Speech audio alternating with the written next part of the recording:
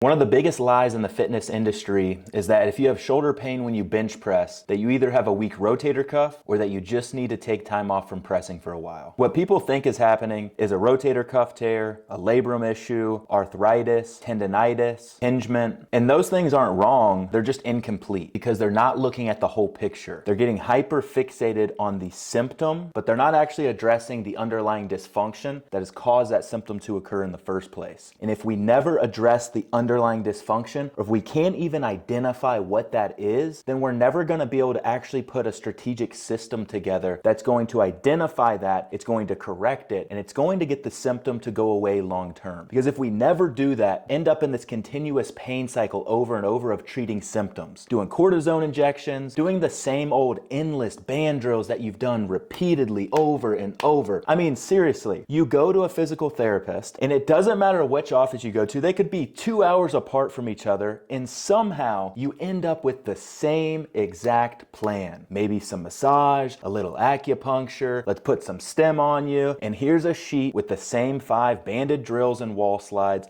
that you got from the other place, and you're spending hundreds, you're spending thousands of dollars, and you're just getting the same generic stuff. The biggest issue with this is that they never even fully assessed the entire skeleton itself. When we have shoulder pain, when we get pain when we're bench pressing, we need to zoom out and we need to look at the foundation of the shoulder. We need to see what is the position of the scapula and how is it moving and operating, because it sets up the whole foundation for the entire shoulder girdle itself. If that's dysfunctional, it doesn't matter how many rotator cuff drills we do, we will never get it fixed. From there, we need to also consider what is the position of our rib cage? Because our scapula sits onto the rib cage and it glides and interacts with it. So if the rib cage is out of position, that's going to affect how the scapula can move and operate on it. So you can do all the scapular work that you want, but it'll never truly address it because you're hitting it from the most superficial level. Then from there, we need to take into consideration our spine. This is one of the lowest hanging fruit that we can address and get pain relief early on. Our spine should be able to go into good flexion, extension, and rotation. But more importantly, it should be able to hold position under load. And if it cannot do that, or if it cannot access a range of motion in a position we need, that's when all the stress gets dumped into the rotator cuff, into the labrum, into the tendons themselves. And that's where the pain starts to show up. But if we go even deeper, another layer below that, we need to take into consideration your pelvis and the position of your pelvis. Now, our pelvis should be able to flex, it should be able to extend, internally, externally rotate, and more importantly,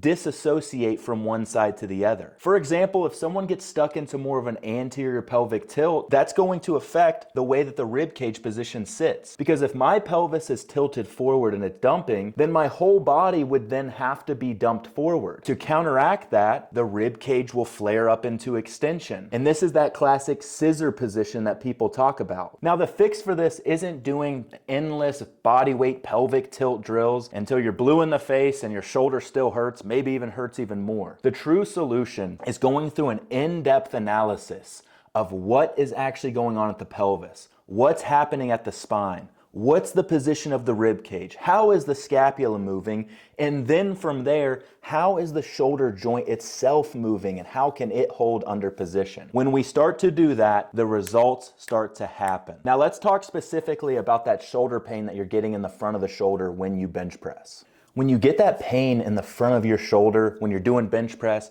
maybe even when you're doing something like a bicep curl, when that arm starts to get behind your body, or maybe even when you do a preacher curl and it gets up in front of your body. The whole reason that that starts to happen, because it's stemming from the scapula, the spine, the rib cage. All of those things can actually generate that position. And what happens is we start to get an anterior glide of our humeral head. So when that scapula starts to wing off of the rib cage, it's going to push the entire humeral head forward. When that happens, the tendons and the muscles on the front of the shoulder are then put into compensational patterns, so they get stresses put on them that they cannot handle. They're also getting pushed out of position, and so they don't have the leverage to actually pull the joint back into position. This is the exact reason that you can do all the banded external rotation drills that you want to, but it's not gonna change your posture and the position of your shoulder. If you go look at the 3 posterior rotator cuffs, your teres minor, your infraspinatus, and your supraspinatus, spinatus. All three of these attach onto the inner border of your scapula. So if the scapula itself is getting drifted out of position, these don't even have the leverage to actually pull your humeral head, your shoulder, back into the right position. When we look at the front of the shoulder, we're looking at the long head of the bicep tendon. It's irritated when this joint is getting pushed forward because it runs in something along your humerus called the bicipital groove, and that tendon has to stay within that groove. Well, if that whole joint is getting pushed forward, what happens is that tendon starts to get pressed forward. So my finger right here is acting as your humeral head, and it starts to glide anterior and it starts to push on that long head tendon of your bicep. When that happens, we're not only gonna get pain in the location of our bicep, actually radiate down into the most distal portion of our bicep as well. And so this is why doing bicep work, things like incline curls, can be very problematic. Now, the other thing that can be happening is our pec major tendon is also gonna attach into that humeral head. When that's getting pushed forward, this is where you'll hear people refer to, you have tight pecs. I promise you that your pecs did not become tight and just magically pull the joint out of position. What happens is when this is getting pushed forward and it's not stabilizing, those pec tendons and the pec major and minor will tighten down to safeguard the shoulder and try to stabilize it. When that happens, you're going to get a ton of tone within these pecs if you soft tissue them, and it may give you some temporary relief if you stretch them or soft tissue, but it's not going to be the ultimate fix.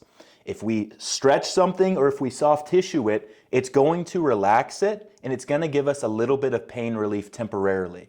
This can last for 20 minutes, maybe up to 24 or 48 hours, but then that pain is going to go back. And this is where we need a combination of mobility, flexibility, soft tissue work, stability, coordination, and then the strength and the hypertrophy to actually build this up under load. This is all a complex system that needs to be integrated specific to your body. And I'm not trying to make this sound more complicated than it is. I'm trying to break this down so you understand this is very complex.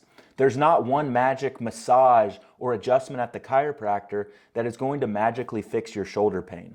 You need to, number one, identify what that underlying dysfunction is. Number two, you need to have a strategic system and a strategic plan that is going to cover soft tissue. It's going to cover that corrective work. It's going to cover your breath work. It's going to cover your posture. And more importantly, it is going to integrate you into the weight room to build up the tissue tolerance and the capacity so that you can withhold that under load. So you don't go through these waves of 2 or 3 weeks or months of I'm doing really good, I'm about to hit PRs, I feel great, shoulder pain derails everything. And now my body composition starts to go in the wrong direction. I can't train the way that I want to. Mentally, I'm not where I want to be. All of those things are the real things that happen when we get injured. This is bigger than just fixing shoulder pain. This is giving you back your health, your fitness, and your enjoyment within the gym.